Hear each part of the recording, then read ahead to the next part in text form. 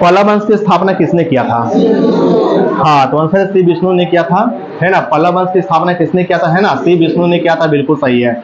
और अगला क्वेश्चन किया है कि पल्लव वंश की राजधानी क्या थी? हाँ, तो आंसर कांची थी, है ना। तमिलनाडु के कांचीपुरम पड़ती है कांची, इस बात क्या रखिएगा। और अगला क्वेश्चन बोला कि श्री विष्णु जो था ये किस धर्म का अनुयायी था? हाँ, तो आंसर है वैष्णव, है ना, वैष्णव धर्म का अनुयायी था, बिल्कुल सही है। और अगला क्वेश्चन बोला किराता जूर्नियम के लेखक कौन थे? हाँ, तो आंसर है भारवी थे, है ना। किराता जूर्नियम के लेखक कौन थे? भारवी थे। अब भारवी किसके दरबारी थे? श्री विष्णु के, है ना। भारवी जो लेखक थे ये किसके दरबारी थे? है ना, श्री विष्णु के दरबारी थे। अगला क्वेश्चन बोला कि मत विलास प्रहसन की रचना किसने किया? महेंद्र वर्मन ने। मत विलास प्रहसन पुस्तक रचयिता कौन थे? है ना, महेंद्र वर्मन थे। अगला क्वेश्चन किया है कि महेंद्र वर्मन शुरू में जो था किसका अनुयायी था? हाँ, जैन धर्म का, जैन मत का अनुयायी था। कौन था भाई? कौन था? महेंद्र वर्मन, है ना, महेंद्र वर्मन था, इस बात क्या रखिएगा। और अगला क्वेश्चन बोला कि परंतु बाद में जो है किसके प्रभाव में आकर महेंद्र वर्मन जो था शैव बन गया? तमिल संत अपर के प्रभाव में आकर, है ना, तमिल संत अपर के प्रभाव में आकर जो था महेंद्र वर्मन जो था शैव बन गया था, बिल्कुल सही है। और अगला का क्वेश्चन बोला कि महाबलीपुरम के कासमा के रथ मंदिर को किसने बनवाया था? हाँ, तो आंसर नरसिंह वर्मन प्रथम ने, है ना, नरसिंह वर्मन प्रथम ने, बिल्कुल सही है। या क्वेश्चन आपसे पूछे कि महाबलीपुरम के कासमा के रथ मंदिर का निर्माण किसने करवाया था? नरसिंह वर्मा ने, है ना, प्रथम ने करवाया था, बिल्कुल सही है। और अगला क्वेश्चन बोला कि रथ मंदिर की संख्या कितना थी? है ना, 7 थी, है ना, 7 थी, बिल्कुल सही है। और अगला क्वेश्चन बोला कि रथ मंदिर में सबसे छोटा क्या था? हाँ, तो आंसर द्रौपदी रथ था, है ना, द्रौपदी रथ था, इस बात क्या रखिएगा, है ना। अगला का क्वेश्चन क्या रही है, यहाँ क्वेश्चन बोल रहा है कि, है ना, बताना किसकी उपाधि जो है नरसिंह वर्मन प्रथम ने धारण किया था? कौन सी उपाधि? बतापी कोंड और महामल की उपाधि, या बोल सकते कि बतापी कोंड और महामल की उपाधि जो है पल्लव वंश के शासक ने धारण किया?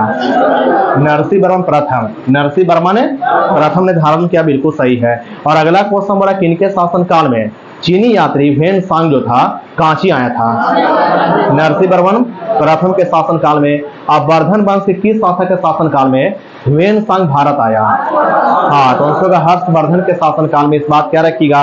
और अगला क्वेश्चन क्या रही है, बताना कि परमेश्वर वर्मन प्रथम जो था ये किस धर्म का अनुयायी था? शैव धर्म का, है ना, शैव मत का अनुयायी था परमेश्वर वर्मन प्रथम है। और अगला क्वेश्चन बोला कि परमेश्वर वर्मन प्रथम जो था कौन कौन सी उपाधियां धारण किया था? लोकादित्य, एकमल, रणनजय, अत्यंत काम, उग्र दंडे और गुण भाजन, ये सभी उपाधियां धारण किया था किसने? हाँ, तो आंसर होगा परमेश्वर वर्मन प्रथम ने धारण किया था, बिल्कुल सही है। और अगला क्वेश्चन किया बताना किसने जो है महामलपुरम में, मतलब मामलपुरम में है, मामलपुरम में जो है गणेश मंदिर का निर्माण करवाया था? हाँ, तो आंसर होगा परमेश्वर वर्मा ने प्रथम ने जो है मामलपुरम में गणेश मंदिर का निर्माण करवाया था। और अगला क्वेश्चन बोला किस शासक ने, पल्लव वंश के किस शासक ने जो है विद्या विनीत की उपाधि धारण किया था? परमेश्वर वर्मन प्रथम ने, बिल्कुल सही है। और अगला क्वेश्चन किया कि अरबों के आक्रमण के समय पल्लवों के शासक कौन था? हाँ, नरसिंह वर्मन द्वितीय, नरसिंह वर्मन द्वितीय था। अरबों के आक्रमण के समय पल्लवों के शासक नरसिंह वर्मन द्वितीय था। और अगला क्वेश्चन बोला कि नरसिंह वर्मन द्वितीय ने कौन कौन सी उपाधि धारण किया था? राजा सिंह, आगम प्रिय और शंकर भक्त, है ना। पल्लव वंश के किस शासक ने जो है राजा सिंह, आगम प्रिय और शंकर भक्त की उपाधि धारण किया था? नरसिंह वर्मन द्वितीय ने, बिल्कुल सही है। और अगला क्वेश्चन किया किसने जो है कांची कैलाशनाथ मंदिर का निर्माण करवाया था?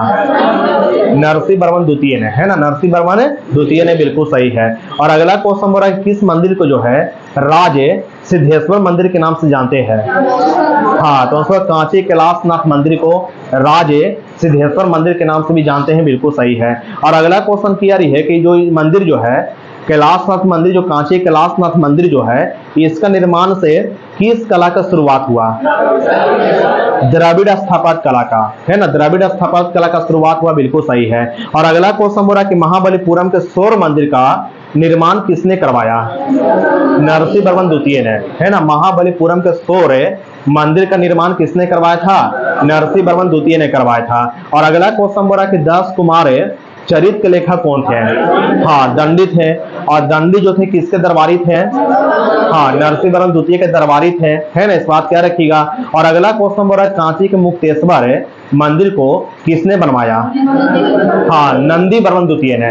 नंदी वर्मन द्वितीय ने जो है कांची के मुक्तेश्वर मंदिर और बैकुंठ पेरुमाल मंदिर का निर्माण करवाया था, है ना।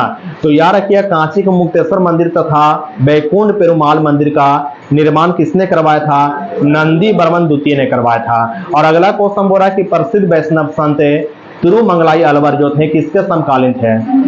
नंदी वर्मन द्वितीय के। नंदी वर्मन द्वितीय के समकालीन थे, बिल्कुल सही है। और अगला क्वेश्चन क्लियर बताइए किसने जो है नचना के मंदिर का निर्माण करवाया था? हाँ, तो आंसर होगा व्याघ्रदेव ने करवाया था, बिल्कुल सही है। और अगला क्वेश्चन क्लियर बताइएगा, क्वेश्चन क्लियर कि हर्ष ने कहाँ के शासक से बुद्ध के दंत अवशेष से बलपूर्वक प्राप्त किए थे? हाँ, तो आंसर होगा कश्मीर के शासक थे, बिल्कुल सही है। और अगला क्वेश्चन बोल रहा है कि, है ना, किनके समय प्रयाग प्रति 5वें वर्ष एक समारोह का आयोजन किया जाता था? हाँ, तो आंसर होगा हर्षवर्धन के शासन काल में। और अगला क्वेश्चन क्लियर है कि ह्वेनसांग जो था ये जो प्रयाग में जो 5वें वर्ष में, हर 5वें वर्ष में जो समारोह हो जाता था, तो ह्वेनसांग किस समारोह में, केमे समारोह में सम्मिलित हुआ था? हाँ, तो आंसर होगा 6ठे समारोह में सम्मिलित हुआ था, बिल्कुल सही है। अगला बताइएगा क्वेश्चन बोला कि बाणभट्ट के गुरु कौन थे? भरचू, है ना, भरचू थे। बाणभट्ट के गुरु कौन थे? है ना, आंसर होगा भरचू थे, बिल्कुल सही है। अगला बताइएगा क्वेश्चन बोला अजंता गुफा की, है ना, अजंता गुफाएं जो बौद्ध धर्म की किस शाखा से संबंधित है? हाँ, तो आंसर का महायान शाखा से संबंधित है, बिल्कुल सही है। और अगला बताइएगा क्वेश्चन क्या रही है, यहाँ क्वेश्चन बोला कि त्रिमूर्ति की अवधारणा के विकास किस काल में हुआ? हाँ, तो आंसर है गुप्त काल में हुआ, बिल्कुल सही है। और अगला क्वेश्चन बोला कि मंदिर बनाने कला का जन्म किस काल में हुआ? हाँ, तो आंसर है गुप्त काल में हुआ। और अगला क्वेश्चन क्या रही है बताइएगा, क्वेश्चन बोला कि मृच्छकटिकम के लेखक कौन थे? हाँ, तो आंसर का शूद्रक थे, है ना, बिल्कुल सही है। अभिज्ञान शकुंतलम के लेखक कौन थे? हाँ, कालिदास थे। अभिज्ञान शकुंतलम पुस्तक में किसकी प्रेम कथा का वर्णन किया गया है?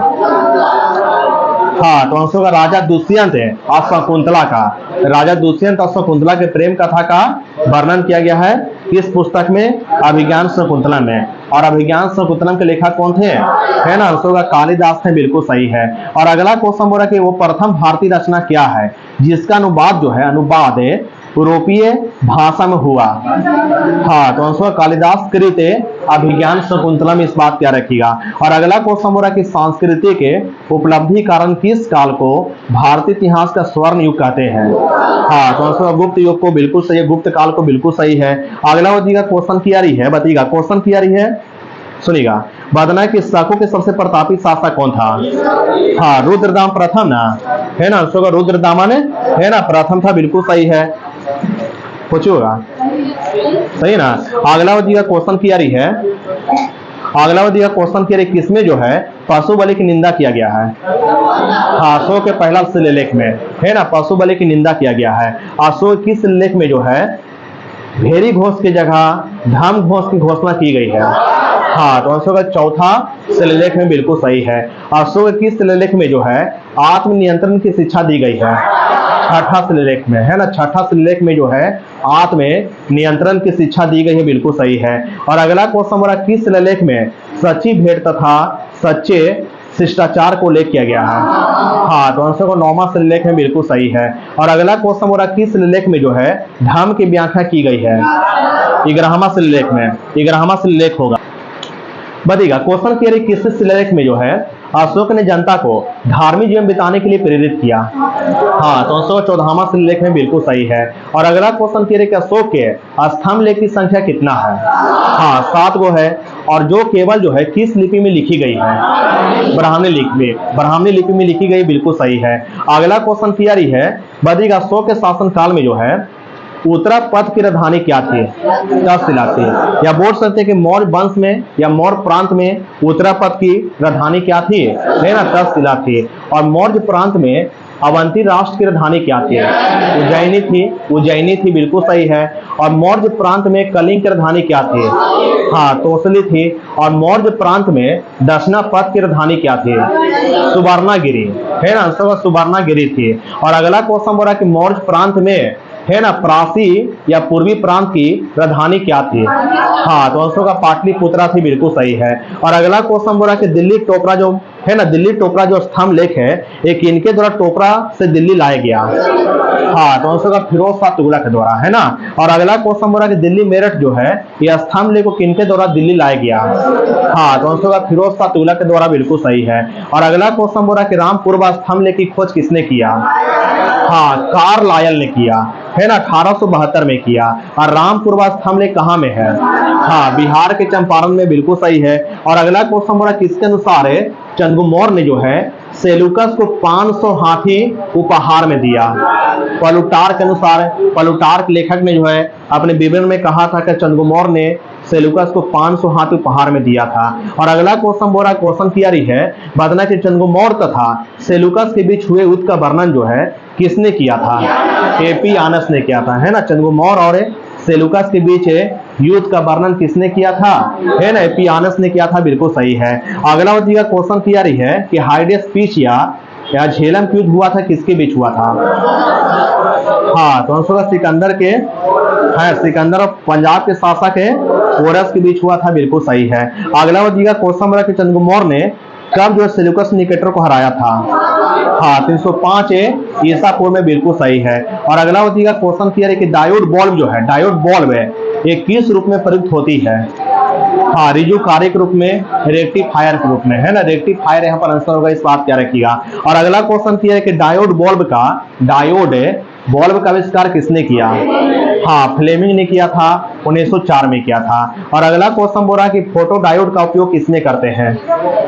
प्रकाशित संकेतों के संसूचन में करते हैं, है ना। पूछे आपसे क्वेश्चन कि फोटो डायोड का उपयोग किसमें करते हैं? प्रकाशित संकेतों के संसूचन में करते हैं। और अगला क्वेश्चन बोला किसका उपयोग जो है वोल्टता नियंत्रण में की जाती है? किस डायोड का उपयोग है? जेनर डायोड है ना, आंसर का जेनर डायोड का उपयोग जो है वोल्टता नियंत्रण में करते हैं, इस बात क्या रखिएगा, ठीक ना। और अगला क्वेश्चन बोला कि ट्रायोड बल्ब का आविष्कार किसने किया? हाँ, लीडी फॉरेस्ट ने, है ना, आंसर का लीडी फॉरेस्ट ने किया था, 1907 में किया था, बिल्कुल सही है। और अगला क्वेश्चन बोला कि किसका उपयोग जो विभिन्न वर्णों के एलईडी के निर्माण में करते हैं? हाँ, तो आंसर गैलियम आर्सेनाइड फॉस्फाइड का उपयोग जो है विभिन्न प्रकार के एलईडी के निर्माण में करते हैं, बिल्कुल सही है। और अगला बच्चेगा क्वेश्चन बोला उत्प्रेरक के खोजकर्ता कौन थे? बर्जिलियस है। उत्प्रेरक के खोज किसने किया? है ना, आंसर का बर्जिलियस ने किया था, बिल्कुल सही है। अगला बच्चेगा क्वेश्चन किया रही है, सुनिएगा, क्वेश्चन बोला किसने सर्वप्रथम जिन शब्द का प्रयोग किया था? हाँ, तो आंसर जोहानसन ने किया था। और अगला क्वेश्चन बोला गुणसूत्र का, क्रोमोसोम का गुणसूत्र का नामकरण किसने किया था? हाँ, तो आंसर का बाल्टियर ने किया था, बिल्कुल सही है ना। गुणसूत्र का क्रोमोसोम का नामकरण किया बाल्टियर ने किया था, 1888 में बाल्टियर ने किया था। और अगला क्वेश्चन बोल रहा है गुणसूत्र में पाए जाने वाला आनुवंशिक पदार्थ को क्या कहते हैं? हाँ, तो आंसर जीनोम है ना, जीनोम कहते हैं। और अगला क्वेश्चन बोला गुणसूत्र के बाहर जो है जीन यदि कोशिका द्रव के कोशिकाओं में होती है तो उन्हें क्या कहते हैं? हाँ, उन्हें प्लाज्मा जीन कहते हैं। और अगला क्वेश्चन बोला किनके द्वारा जीन की आधुनिक विचारधारा दी गई थी? एस बेंजर के द्वारा 1956 में, है ना। पूछे आपसे क्वेश्चन किनके द्वारा जीन की आधुनिक विचारधारा दी गई थी? एस बेंजर के द्वारा 1956 में दी गई थी। और अगला क्वेश्चन बोला कि एस बेंजर के अनुसार जीन के कार्य इकाई क्या है ना, सिस्ट्रॉन, आंसर का सिस्ट्रॉन है। और अगला क्वेश्चन बोल रहा है कि एस बेंजर के अनुसार उत्परिवर्तन की इकाई क्या है? म्यूटॉन, आंसर का म्यूटॉन है ना, इस बात क्या रखिएगा। और अगला क्वेश्चन बोल रहा है कि एस बेंजर के अनुसार पुनः संयोजन की इकाई को क्या कहते हैं? रेकॉन कहते हैं, आंसर का रेकॉन कहते हैं, बिल्कुल सही है। और अगला क्वेश्चन बोल रहा है कि मानव में है ना कितने आवश्यक अमीनो एसिड पाए जाते हैं? हाँ, तो आंसर का 20 आवश्यक अमीनो एसिड पाए जाते हैं मानव में, बिल्कुल सही है। और अगला बच्चेगा क्वेश्चन किया रही है, बताना किसने जो है डीएनए, है ना, किसने जो है डीएनए पॉलीमरेज नामक एंजाइम की खोज किया था? आर्थर कॉनबर्ग ने किया था, है ना, 1962 में किया था, बिल्कुल सही है। और अगला क्वेश्चन बोल रहा है बताइएगा, बताना कि डीएनए पोलिमरेज नामक एंजाइम की सहायता से किसका संश्लेषण होता है? डीएनए का, है ना। अंशों का डीएनए का संश्लेषण होता है, सिंपल बात था। और अगला क्वेश्चन बोल रहा है कि मनुष्यों में टोटल गुणसूत्र की संख्या कितना होती है? हाँ, तो आंसर है 46 होती है, 46 होती है, बिल्कुल सही है। और अगला क्वेश्चन क्लियर है कि परखनली शिशु के मामले में निषेचन जो है कहाँ होती है? परखनली के अंदर, है ना। अंशों का परखनली के अंदर होती है, सिंपल बात है। और अगला क्वेश्चन बोल रहा है कि शिशु का, है ना, पितृत्व स्थापित करने के लिए किस तकनीक का उपयोग की जाती है? डीएनए फिंगर प्रिंटिंग है, डीएनए फिंगर प्रिंटिंग का इस्तेमाल करते हैं। और अगला क्वेश्चन बोला किसने जो है वनस्पति जगत का वर्गीकरण किया था? एकलर ने, एकलर, है ना। पूछे आपसे क्वेश्चन, किसने जो है वनस्पति जगत का वर्गीकरण किया था? एकलर ने किया था। और किसको जो है, किसको वनस्पति विज्ञान के जनक कहते हैं? हाँ, थियोफ्रेस्टस को, है ना। थियोफ्रेस्टस को जो है वनस्पति विज्ञान के जनक कहते हैं, इस बात क्या रखिएगा। और अगला क्वेश्चन क्लियर है कि पादप जगत जो होते हैं, पादप जगत को कितने भागों बांटा गया है? 2 भागों में। जो क्या होगा? पहला है क्रिप्टोगेम और दूसरा होगा फेंड्रोगेम। पहला क्रिप्टोगेम, दूसरा क्या होगा? फेंड्रोगेम होगा। क्रिप्टोगेम को हम कहते हैं अपुष्पोद्भिद पादप है, और फेंड्रोगेम को कहते हैं पुष्पोद्भिद पादप, है ना। इस बात क्या रखिएगा। तो बताना कि क्रिप्टोगेम को पुनः जो है कितने भागों बांटा गया है? हाँ, 3 भागों में। और क्रिप्टोगेम के 3 भाग क्या क्या है? पहला है थैलोफाइटा, दूसरा होगा ब्रायोफाइटा और तीसरा होगा टेरिडोफाइटा, है ना। इस बात क्या रखिएगा। और अगला क्वेश्चन बोला कि थैलोफाइटा को जो है पूना जो है थैलोफाइटा कितने भागों बांटा गया है? हाँ, लगभग 3 भागों बांटा गया है। जो होगा शैवाल होगा, कवक होगा, जीवाणु होगा, है ना। कवक, शैवाल, जीवाणु, लाइकेनिज्म किसमें आती है ना, थैलोफाइटा में आती है। इस बात क्या रखिएगा। और अगला क्वेश्चन बोला कि पुष्पोद्भिद वर्ग यानी फेंड्रोगेम पादप को जो है इसे कितने भागों बांटा गया है ना, 2 भागों में। पहला क्या होगा? पहला होगा नग्नबीजी पादप है, इसे हम इंग्लिश में जिम्नोस्पर्म बोलते हैं। और दूसरा है आवृतबीजी पादप है, जिसे इंग्लिश में एंजियोस्पर्म बोलते हैं, एंजियोस्पर्म है। यानी कि पुष्पोद्भिद पादप को 2 भागों बांटा गया है, फेंड्रोगेम्स को 2 भागों बांटा गया है। पहला है नग्नबीजी और दूसरा है आवृतबीजी। पहला है जिम्नोस्पर्म और दूसरा है एंजियोस्पर्म है। और एंजियोस्पर्म को पुनः कितने भागों बांटा गया है? हाँ, 2 भागों में। जो क्या होगा? पहला है मोनोकोट है और दूसरा है डाइकोट है। पहला है मोनोकोट यानी एक बीजपत्री पादप है, और दूसरा है डाइकोट यानी 2 बीजपत्री पादप, है ना। इस बात का रखिएगा। और अगला क्वेश्चन क्लियर है कि वे वर्ग के, है ना, किस वर्ग के पौधों में पुष्प तथा बीज नहीं होते हैं? हाँ, क्रिप्टोगेम यानी अपुष्पोद्भिद पौधों में, अपुष्पोद्भिद पौधों में जो है ना, पौधों में पुष्प और बीज नहीं पाए जाते। इस बात क्या रखिएगा, ठीक ना। और अगला क्वेश्चन बोरावती का क्वेश्चन क्लियर ही है, वनस्पति जगत का सबसे बड़ा समूह क्या है? हाँ, थैलोफाइटा है ना। वनस्पति जगत का सबसे बड़ा समूह क्या है ना, आंसर होगा थैलोफाइटा, बिल्कुल सही है। और अगला क्वेश्चन क्लियर ही है, बताइएगा। क्वेश्चन क्लियर ही कि जो थैलोफाइटा समूह के जो पौधे होते हैं उनका शरीर कैसा होता है? हाँ, सुकाय होता है यानी थाइलस होता है। ब्रायोफाइटा समूह के पौधे जो होते हैं, पादप जो होते हैं, वो सुकाय होते हैं यानी थाइलस होते हैं। इस बात क्या रखिएगा। और अगला क्वेश्चन क्लियर ही है कि थैलोफाइटा समूह के पौधों में क्या समहन उत्तक होता है? नहीं पाई जाती है। समहन उत्तक यानी जाइलम और फ्लोएम में इसमें नहीं पाई जाती। इस बात क्या रखिएगा, ठीक ना। और अगला क्वेश्चन हो रहा है कि शैवालों का अध्ययन क्या कहलाती है? फाइकोलॉजी, है ना। थैलोफाइटा में शैवाल आती है, लाइकेन, कवक, जीवाणु सब किसमें आती है ना, थैलोफाइटा में आती है। इस बात क्या रखिएगा, ठीक ना। और शैवालों का अध्ययन कहलाती है फाइकोलॉजी कहलाती है। और अगला क्वेश्चन क्लियर है कि क्या शैवाल में जो है, बताइएगा। पहले ये बताना है कि शैवाल जो होते हैं, शैवाल प्रायः क्या क्या होते हैं? पर्णहरित युक्त होते हैं, पर्णहरित युक्त होते हैं। संवहन ऊतक रहित होते हैं, यानी इसमें संवहन ऊतक नहीं पाई जाती है शैवालों में। और जो होते हैं आत्मपोषी होते हैं। जब इसमें जो है ये जो है पर्णहरित जब ये होगा तब अपना भोजन स्वयं बना लेगा, यानी क्या होगा? आत्मपोषी होगा, आत्मपोषी होगा, स्वपोषी होगा। इस बात क्या रखिएगा। और अगला क्वेश्चन हो रहा है कि शैवालों का शरीर कैसा होगा? है ना, सुकाय होगा, है ना, थैलस होगा, है ना। शैवालों का शरीर कैसा होगा? सुकाय होगा यानी, है ना, थैलस होगा। इस बात क्या रखिएगा। और अगला क्वेश्चन क्लियर ही है कि बताना है कि भोजन के रूप में जो है, 1-2 सवाल का नाम बताना है कि भोजन के रूप में किस किस शैवाल का उपयोग करते हैं? हाँ, तो आंसर होगा फोरफायरा, दूसरा अल्बा, तीसरा में सरगासन, चौथा में लेमिनेरिया, और 5वां में नॉस्टॉक है। ये जो भी 5 शैवाल के नाम लिए हैं इसका उपयोग भोजन के रूप में करते हैं। भोजन के रूप में किसके शैवाल का उपयोग करते हैं? फोरफायरा, अल्बा, सरगासने, लेमिनेरिया और नॉस्टॉक, है ना, इस बात क्या रखिएगा। और अगला क्वेश्चन बोल रहा है आयोडीन बनाने में किसके शैवाल का उपयोग करते हैं? हाँ, तो आंसर होगा लेमिनेरिया होगा, फ्यूकस होगा और एक लोनिया होगा। एक लोनिया, है ना, आयोडीन बनाने में लेमिनेरिया, फ्यूकस है, एक लोनिया, ये सब शैवाल का उपयोग करते हैं, ठीक ना। और बताइएगा क्वेश्चन बोल रहा है खाद के रूप में, है ना, किसके शैवाल का उपयोग करते हैं? हाँ, नॉस्टॉक है, एना, बीना और केल्प है।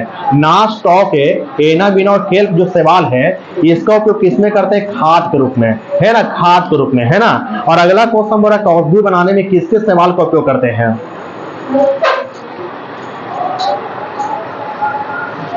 बताइएगा। औषधि बनाने में जो है क्लोरेला से क्लोरेलिन नामक प्रतिजैविक एवं लेमिनेरिया से टिंचर आयोडीन बनाई जाती है ना, इस बात का रखिएगा, ठीक ना। और अगला क्वेश्चन हो रहा है अनुसंधान कार्यों में जो है ना, किस शैवाल का उपयोग करते हैं? हाँ, क्लोरेला एसिटिबुलेरिया और बेलोनिया के सवाल का उपयोग करते हैं ना। अनुसंधान कार्यों में किसके सवाल का उपयोग करते हैं? क्लोरेला एसिटिबुलेरिया का और बेलोनिया सवाल का उपयोग करते हैं, इस बात क्या रखिएगा, ठीक ना। अगला क्वेश्चन बोला किस नाम सवाल को अंतरिक्ष यान के केबिन के हौज में उगाकर अंतरिक्ष यात्री को प्रोटीन, भोजन, जल तथा ऑक्सीजन प्राप्त हो सकती है? क्लोरेला सवाल को उगाकर, बिल्कुल सही है। और अगला क्वेश्चन किया रही बताइएगा, क्वेश्चन बोला कि धान खेत में नाइट्रोजन स्थिरीकरण करने काम कौन करती है? नील हरित सवाल करती है ना, नील हरित सवाल करती, बिल्कुल सही है। और अगला क्वेश्चन बोला कि सवाल का रंग हरा होती किस कारण? अल्फा फाइको एरिथ्रियम के कारण। अल्फा फाइको एरिथ्रियम के कारण जो है, अल्फा फाइको एरिथ्रियम के कारण जो है सवाल का रंग हरा होती है। और अगला क्वेश्चन बोल रहा है कि सवाल का रंग भूरा होती किस कारण? हाँ, अल्फा फाइको जेंथियम के कारण, है ना। पूछे आपसे क्वेश्चन के सवाल का रंग भूरा यानी ब्राउन होती किस कारण? अल्फा फाइको जेंथियम के कारण। और अगला क्वेश्चन बोल रहा है कि सवाल का रंग लाल यानी रेड होती है किस कारण? बताइएगा। ट्राइकोडेस्मियम एरिथ्रियम के कारण, है ना। पूछे आपसे क्वेश्चन के सवाल का रंग लाल होती किस कारण? ट्राइकोडेस्मियम एरिथ्रियम के कारण जो है सवाल का रंग क्या होती है? लाल होती है ना। और अगला क्वेश्चन कह रहे कि कछुए के शरीर पर कौन सी सवाल उग जाती है? हाँ, तो आंसर होगा प्रोटोडर्मा, है ना। पूछे आपसे क्वेश्चन कछुए के शरीर पर कौन सी सवाल उग जाती है ना, आंसर होगा प्रोटोडर्मा उग जाती है, बिल्कुल सही है। और अगला क्वेश्चन हमारा कवक का अध्ययन क्या कहलाती है? हाँ, माइकोलॉजी, है ना। कवक का अध्ययन क्या कहलाती है ना, माइकोलॉजी कहलाती है। अगला बताइएगा क्वेश्चन क्या रही है, बताइएगा क्वेश्चन बोल रहा है कि कवक जो होते हैं वो क्या क्या होते हैं? पर्ण हरित है ना, पर्ण हरित रहित होते हैं, यानी कि उसमें पर्ण यानी क्लोरोफिल उसमें नहीं पाई जाती है ना। कवक में क्लोरोफिल नहीं पाई जाती है। और ये समहन उत्तक किसमें पाई जाएगी? नहीं पाई जाएगी, यानी समहन उत्तक के रहित होती है ना, इस बात क्या रखिएगा। और 21 समूह में आते हैं, थैलोफाइटम आते हैं, है ना। कवक जो है ये जो है पर्ण हरित रहित होते हैं, यानी इसमें क्लोरोफिल नहीं पाई जाती है, इसमें समहन उत्तक भी नहीं पाई जाती है। और किस समूह में आते हैं, है ना, थैलोफाइटम आते हैं, इस बात क्या रखिएगा। और अगला क्वेश्चन हो रहा है कवक में संचित भोजन किस रूप में रहती है? ग्लाइकोजन के रूप में, है ना, तो ग्लाइकोजन के रूप में, है ना। और अगला क्वेश्चन हो रहा है कवक की कोशिका भित्ति किसकी बनी होती है? हाँ, तो आंसर है काइटिन की बनी होती है। और बताना किस नामक कवक जो है डबल रोटी के निर्माण में प्रयोग की जाती है? हाँ, साइक्रोमाइसेस है ना। साइक्रोमाइसेस कवक का उपयोग जो है डबल रोटी के निर्माण में की जाती है, इस बात क्या रखिएगा, ठीक ना। और अगला बताइएगा पौधों में गंभीर रोग उत्पन्न करती कौन है? कवक होगा, है ना। पौधों में गंभीर रोग उत्पन्न कौन करती है ना, कवक होगा, इस बात क्या रखिएगा। और क्वेश्चन बोला किस कवक से पौधों को सबसे अधिक हानि पहुंचती है?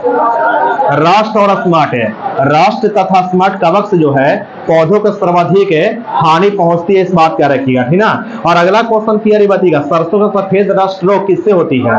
कवक से, है ना। सरसों का सफेद रस्ट रोग किससे होती है ना, कवक से होती है। और गेहूं का ढीला रोग किससे होती है? कवक से, है ना। गेहूं का ढीला स्मार्ट रोग किससे होती है ना, कवक से होती है। और गेहूं का किट्टू रोग किससे होती है? कवक से, है ना। गेहूं का किट्टू रोग किससे होती है ना, कवक से होती है। और बताइएगा आलू का अंग मारी रोग किससे होती है ना, कवक से होती है, इस बात क्या रखिएगा। और क्वेश्चन बोला कि दम्मा रोग किस कवक से होती है, एस परजली से, फ्यूमिगेट से, है ना। पूछे आपसे दम्मा रोग जो किस कवक से होती है, एस परजली से, फ्यूमिगेट कवक से दम्मा होती है। और बताना कि एथलीट फुट रोग किस कवक से होती है, टीनिया पेडिस से। एथलीट फुट रोग होती किस कवक से, टीनिया पेडिस होती है। और अगला क्वेश्चन बोला गंजापन, गंजापन किस कवक से होती है, हाँ तो आंसर टीनिया कैपेटिस है ना, टीनिया कैपेटिस से गंजापन होती है। और दाद रोग किस कवक से होती है, ट्राइकोफाइटाइन लेस्कोयस है ना। पूछे आपसे क्वेश्चन कि दाद रोग किस कवक से होती है, ट्राइकोफाइटाइन लेस्कोयस होती है, इस बात क्या रखिएगा, ठीक ना। और अगला क्वेश्चन बड़ा मूंगफली का टीका रोग किससे होती है ना, कवक से होती है। और बताना है कि आलू का मस्सा रोग किससे होती है, हाँ तो आंसर कवक से होती है। एफ्ला नामक बीज किससे बनती है, कवक से। एफ्ला नामक बीज किससे बनती है ना, कवक से बनती है।